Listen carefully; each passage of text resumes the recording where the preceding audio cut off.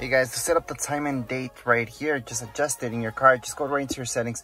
Under your settings, you're going to see the very first option, time and date.